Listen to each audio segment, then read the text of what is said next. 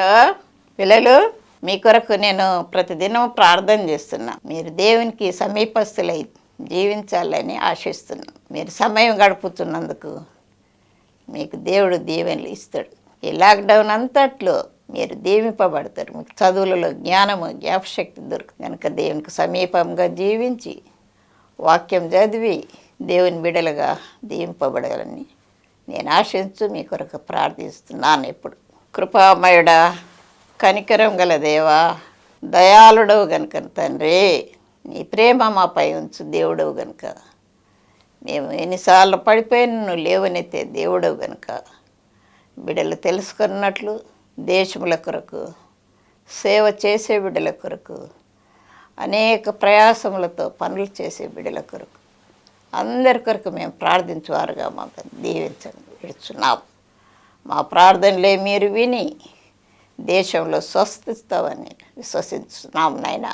అవిశ్వాసులుగా మేము ఉండకుండా మేము నీ బిడలుగా జీవించుటకు, నేను మహిమపరచుటకు, ఘనపరచుటకు కృప చూపగలరని ఈ యొక్క కొద్ది సమయం మీకు వాడుతుండగా దీవెనకరంగా ఉండునట్లు దయచేయగలరని ఈ కొద్ది నిమిషములు ప్రభు అయిన యేసు పేరట వేడుకొనుచున్నాం తండ్రి. ఆమేన్. The best book to read is the Bible. The best book to read is the Bible. If you read it every day, it will help you all the way. Oh, the best book to read is the Bible. Patimpa Shrestha Grandhamu Bible.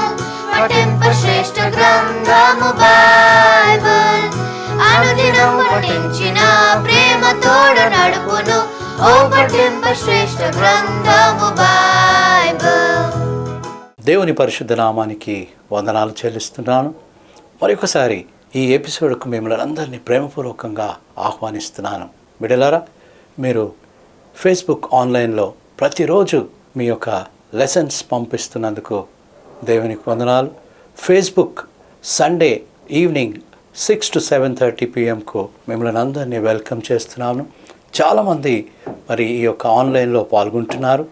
అదే రీతిగా Sunday Bible school చాలామంది బిడ్డలు పాల్గొంటూ వారి వారి experiences దేవునిలో ఏ రీతిగా బలంగా ఉన్నారో మాతో షేర్ చేస్తున్నందుకు బిడ్డలు మీ అందరికీ థ్యాంక్స్ చెప్తున్నాను. సండే బైబిల్ స్కూల్లో నూతనంగా విద్యార్థులు జాయిన్ అవుతున్నారు. వారందరిని బట్టి దేవునికి వందనాలు చెల్లిస్తున్నాం. మేము కూడా మిమ్మల్ని వెల్కమ్ చేస్తున్నాము. దేవుని వాక్యం నుండి ఒక వాక్యాన్ని మనం చూసుకుందాం. సామెతలు 8వ అధ్యాయము 13వ వచనము. యెహోవా యందు భయభక్తులు కలిగి ఉండుట చెడుతనమును అసహ్యించుకున్నటయే. బిడలు చూశారు కదా, ఎంత అసహ్యము. చెడుతనాన్ని మనము చూస్తున్నప్పుడు అంత అసహ్యించుకోవాలి. కాబట్టి బిడలు మనమందరము దేవుని కాపుదలలో ఉందాము. మీరు దేవుని యందు భయభక్తులు కలిగి ఉన్నారంటే చెడుతనాన్ని అసహ్యించుకున్నటయే. అవును, మనము ప్రతిరోజు దేవుని వాక్యాన్ని చదువుకుంటూ దేవుని కాపుదల కొరకు మనం ప్రార్థన చేసుకుందాం. అనేకుల కొరకు కూడా మనం ప్రార్థన చేయాలి. ఓకే చిల్డ్రన్, మరొకసారి ఈ ఎపిసోడ్లో వస్తున్నటువంటి వాక్యాన్ని మీరు గమనించండి, చూసి మాకు వాట్సాప్ కూడా చేయండి. See you on Sunday 6 to 7:30 FB online. Thank you.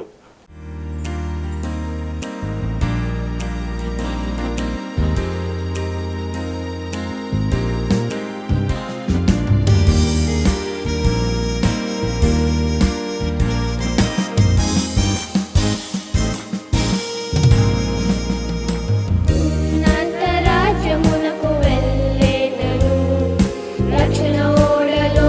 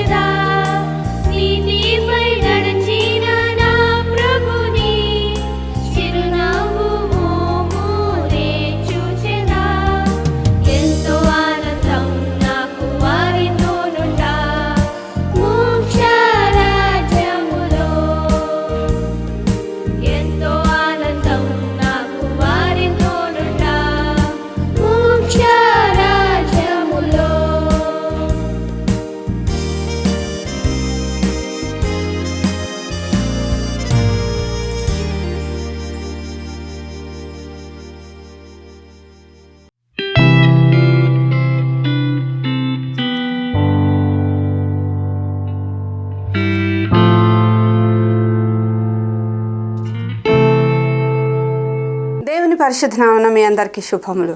ఈరోజు మన పాఠం పేరు దానియేల్ సేస్ నో. మనందరికీ తెలుసు దానియేల్ ఎవరో కదా.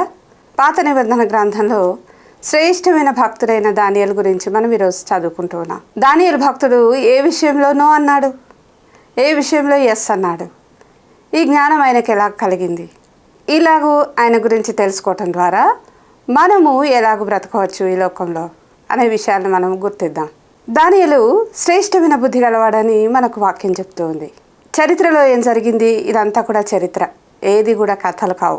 బైబిల్లో జరిగిన అన్నీ కూడా చరిత్ర, హిస్టరీ, జరిగినవి, నిజంగా జరిగిన విషయాలు ఇవి.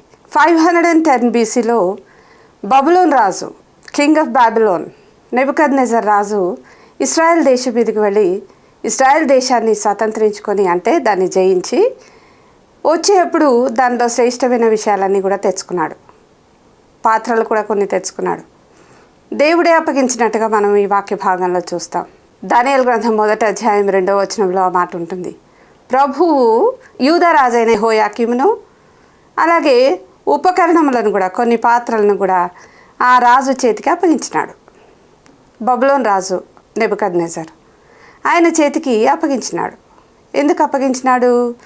ఎప్పుడైతే దేవుని ప్రజలు, ఇశ్రాయేలు ప్రజలు సంపూర్ణంగా దేవుని మర్చిపోయి బ్రతుకుతున్నారో అలాంటి టైంలో చాలాసార్లు మనము వీళ్ళను వేరే రాజులు జయించినట్టుగా చూస్తాం.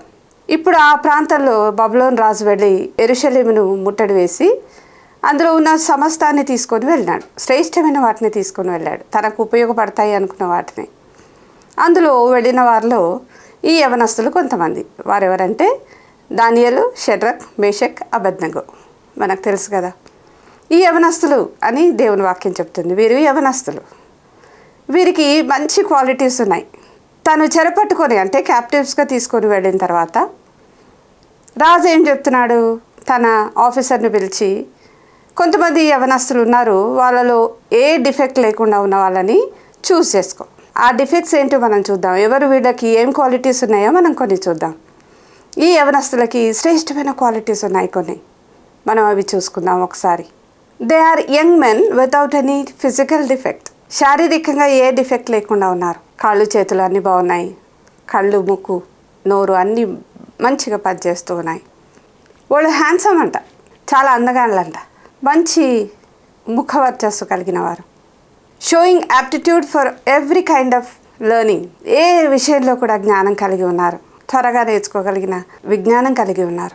Well informed, quick to learning. ఏదైనా కూడా త్వరగా నేర్చుకోగలిగిన శ్రేష్టమైన జ్ఞానం కలిగిన వారు. Lastly they are qualified to work in king's palace. ఇన్ని లక్షణాలు కలిగిన వాళ్ళు అప్పటి రాజుకు కావాలి. వీళ్ళలో ఏమేమి జ్ఞానం ఉంది, ఏమేమి క్వాలిటీస్ ఉన్నాయి మళ్ళొకసారి చూసుకుందామా. చాలా బాలురు, యూత్, ఇశ్రాయేలీల రాజవంశంలో ముఖ్యులై లోపం లేని సౌందర్యమును, వితౌట్ ఎనీ ఫిజికల్ డిఫెక్ట్, సకల విద్యా ప్రవీణతయు జ్ఞానమును కలిగిన వారు. అన్నిట్లో కూడా చాలా జ్ఞానవంతులు. తత్వజ్ఞానం తెలిసిన వారు, తత్వజ్ఞానం కూడా తెలుసు వీళ్ళకి. చాలా క్విక్గా అండర్స్టాండ్ చేసుకుంటారు ఏ విషయాన్నైనా. ఇన్ని లక్షణాలు కలిగిన వీళ్ళని రాజు ప్యాలెస్లో పని చేయడానికి వాళ్ళని ప్రిపేర్ చేయమంటున్నాడు. రాజైన నెబుకద్నెజర్ ఒక వ్యక్తిని పిలిచి, ఒక ఆఫీసర్ని పిలిచి, వీళ్ళని నా కోసం ప్రిపేర్ చేయి. ఎన్ని రోజులు ప్రిపేర్ చేయాలి తెలిసిన? 3 years ప్రిపేర్ చేయాలి. 3 years. ఇన్ని క్వాలిటీస్ ఉన్నా సరే వాళ్ళని ప్రిపేర్ చేయడానికి ఆ కింగ్ ప్యాలెస్లో ఉన్న వస్తువులన్నీ ఇచ్చి వీళ్ళని సిద్ధపరచాలి. కింగ్ తినే ఫుడ్ పెట్టాలి, కింగ్ తాగే డ్రింక్స్ ఇవ్వాలి. అలాగిచ్చి వీళ్ళను చక్కగా తయారు చేసి కింగ్ ప్యాలెస్లో పనిచేయడానికి అపాయింట్ చేసుకుంటారు. 3 years వరకు వాళ్ళని ట్రైనప్ చేయాలి. ఎందుకంటే వీళ్ళు ఇశ్రాయేలీలకు ఉన్న దేవుడు యెహోవా దేవుడు. బబులోన్ రాజు అన్యరాజు, వేరే దేవతలు, దేవుళ్ళు వాళ్ళకి దేవుళ్ళు కనుక వాళ్ళ ఆచార వ్యవహారాలన్నింటినీ మర్చిపోవాలి. వారు ఈ సంస్థానంలో వారి పద్ధతి ప్రకారము జీవించాలి. అందుకు వాళ్ళని ట్రైనప్ చేయాలి. అలాగ చేయడానికి ఈ నలుగురిని మరి వారు బబులోను సంస్థానంలో ఉన్న ఆఫీసర్ ట్రైనప్ చేస్తూ ఉన్నాడు. రాజు ఆజ్ఞ ఇచ్చాడు వాళ్ళని ట్రైనప్ చేయమని. మనకు తెలిసినట్టుగా మరి దానియేలు వెళ్ళి అడుగుతూ ఉన్నాడు ఆఫీసర్ని, అయ్యా ఒక 10 days మమ్మల్ని టెస్ట్ చేసి చూడు, మాకు ఆ భోజనం వద్దు. రాజు భోజనం చాలా శ్రేష్టమైన భోజనం. రాజు తాగే ద్రాక్షారసం చాలా శ్రేష్టమైన ద్రాక్షారసం. రాజు ఫుడ్, రాజు డ్రింక్స్ ఇవన్నీ ఇవ్వాలి. అయితే వీళ్ళు వద్దంటున్నారు. ఎందుకు అనంటే వారికి తెలిసింది ఒకటే, దేవుని నామన అర్పించబడని ఫుడ్, డ్రింక్స్ అవన్నీ కూడా. దానియేలు గ్రంథం 1వ అధ్యాయం 8వ వచనంలో ఉంటుంది, రాజు తినే ఆహారము, రాజు తాగే ద్రాక్షరసం తాగి తను తాను అపవిత్రపరచుకునకూడదని అనుకొని దానిని వాళ్ళకు వద్దనుకున్నారు వాళ్ళు. అందుకే మన పాఠం పేరు డానియల్ సేస్ నో. మనల్ని కూడా ప్రపంచం చాలా విషయాల్లో ప్రొవోక్ చేస్తూ ఉంది. యవనస్తులుగా ఉన్న మనలో చాలామందికి, యవన బిడలైన మీ కొరకు ఈ వాక్యాన్ని తీసుకొని వచ్చాను. ఏ విషయము ఎస్ అనాలి, ఏ విషయము నో అనాలి, ఈ విషయాన్ని మనం చిన్నప్పటి నుండి నేర్చుకుంటున్నాం. తల్లిదండ్రులు మనకు నేర్పిస్తూ ఉన్నారు, బంధువర్గం మనకు నేర్పిస్తూ ఉంది. భయంకరమైన విషయాల్లో మనం పడిపోకూడదని మన చుట్టూ వారి ప్రార్థన కంచె వేస్తూ ఉన్నారు. మనమైతే లోకంలో మరి వెళ్ళినప్పుడు ఏ విషయంలో మనం నో అనాలి, ఏ విషయం మనం యాక్సెప్ట్ చేయాలి, ఈ విషయాన్ని దేవుని జ్ఞానం మాత్రమే ఇస్తుంది మనకు. ఏది నో అనాలి, ఏది ఎస్ అనాలి అనే విషయాలను గ్రహించటానికి దేవుని జ్ఞానం మాత్రమే మనకు సహాయపడుతుంది. యవనస్తులైన బిడ్డలందరికీ కూడా ఈ లోకంలో, ప్రజెంట్ వరల్డ్లో ఏది ఎస్ అనాలి, ఏది యాక్సెప్ట్ చేయాలి, ఏది డానియల్ లాగా నో అనాలి, మనకు ఆ వివేచన జ్ఞానం ఉండాలి. దేవుని యందు భయభక్తులు కలిగి ఉండుట చెడుతనమును అసహించుకొనుటయే. చెడు అనేది అసహించుకొని మనం నో అని చెప్పగలగాలి. యవనస్తులైన బిడ్డలందరూ కూడా దానియేలు వలె. ఆ తర్వాత దానియేలు ఎంత శ్రేష్టంగా దేనికి ఎస్ అన్నాడు మనకు తెలుసు, ఇది నో అన్నాడు, అలాగే జరిగింది. ఆయన ఆఫీసర్ ఎవరికైతే కింగ్ ఇంట్రెస్ట్ చేసినాడో ఆ ఆఫీసరు నిజమే ఒక 10 days నేను వీళ్ళని పరీక్షించి చూసుకుంటానని దయగలిగింది. 10 days తర్వాత వీళ్ళ ముఖమే చాలా బ్రైట్గా ఉంది. అప్పుడు సరే వీళ్ళని వాళ్ళు అడిగినట్టే వాళ్ళ ఫుడ్, డ్రింక్స్ ఇచ్చారు. దేవుని వాక్యం సత్యము. మన మనస్సాక్షి మనకు బోధిస్తూ ఉంది, ఇది చేయాలి, ఇది చేయకూడదు. మనస్సాక్షి ఎప్పుడు జీవించి ఉంటుంది అనంటే నిత్యము దేవుని వాక్యము, ప్రార్థన అనే భోజనం పెడుతున్నప్పుడే అది బ్రతికి ఉంటుంది. మన మనస్సాక్షి చచ్చిపోతే, ఫుడ్ లేక చచ్చిపోతే, స్పిరిచువల్ ఫుడ్ లేక చచ్చిపోతే మనల్ని గైడ్ చేయదు. రోజు స్పిరిచువల్ ఫుడ్ ఇచ్చుకుంటూ దాన్ని బ్రతికించుకోవాలి. దేవుని వాక్యమే దానికి స్పిరిచువల్ ఫుడ్. మన మనస్సాక్షికి మనకి బోధిస్తూ ఉంది, ఇది చేయకూడదు, ఇది చేయాలి. ఈ విషయాన్ని మనం గ్రహించాలి అని అంటే దానియేలును తప్పక ఆయన జీవితం మనకు తెలుసు. దేనికి ఎస్ అన్నాడు తర్వాత రోజుల్లో? అవును, దేనికి ఎస్ అన్నాడు? 30 days రాజును మాత్రమే పూజించాలా, ఎవరు ఇంకెవరిని కూడా పూజించకూడదు అని చెప్పినప్పుడు ఎస్, నేను నా దేవుని పూజిస్తాను, నా దేవునికి నేను ప్రార్థన చేసుకుంటాను. యెరూషలేము కిటికీలు తెరిచి చక్కగా ప్రార్థన చేసుకున్నాడు. 3 times a day ముమ్మారు ప్రార్థన చేసినట్టుగా మనం చూస్తాం. ఎన్ని కష్టాలు వచ్చినా సరే, ఎన్ని టెంప్టేషన్స్ వచ్చినా సరే, యవ్వనస్తుడైన దానియేలు శ్రేష్టంగా బ్రతికి దేవుడు ఏమంటున్నాడు ఆయన గురించి, నీవు నాకు బహుప్రియుడు, you are my most beloved one. ఇలాంటి శ్రేష్టమైన దేవుని మెప్పును మనం పొందుకోవాలి. యవనస్తులు దానియేలు ఏ విషయాలకు నో అన్నాడో, ఏ విషయాలకి ఎస్ అన్నాడో అలాంటి జ్ఞానం దేవుని నుండి వచ్చింది. నిజానికి వారు ఆ బబులోను దేశంలో తల్లిదండ్రులు వెంట ఉన్నారో లేదో నాకు తెలియదు. వేరే దేశానికి రాజు క్రింద ఉన్నారు. ఎంతో భయంతో బ్రతకాల్సిన పరిస్థితి అయినా సరే దేవుని జ్ఞానం మనలో ఉంటే ధైర్యం వస్తుంది. అవును, మనలో ధైర్యం కలుగుతుంది. దేవుని జ్ఞానమే మనకు బలాన్ని చేకూరుస్తుంది. ఇలాగున దేవుని వాక్యాన్ని సరిగా అర్థం చేసుకొని దేవుని కొరకు ఎస్ అని నిలబడగలిగిన ప్రతి బిడ్డకు కూడా దేవుడు సదాకాలము తోడైండునుగాక. దానియేలు వలె జీవించుదురుగాక, దానియేలు వలె మెప్పు పొందుదుముగాక. నీవు నాకు బహుప్రియుడవని దేవుని చేత మనం మెప్పు పొందుదాం. అలాగ సిద్ధపడే ప్రతి బిడ్డకు కూడా దేవుడు తోడుగా ఉండునుగాక. Thank you. God bless you.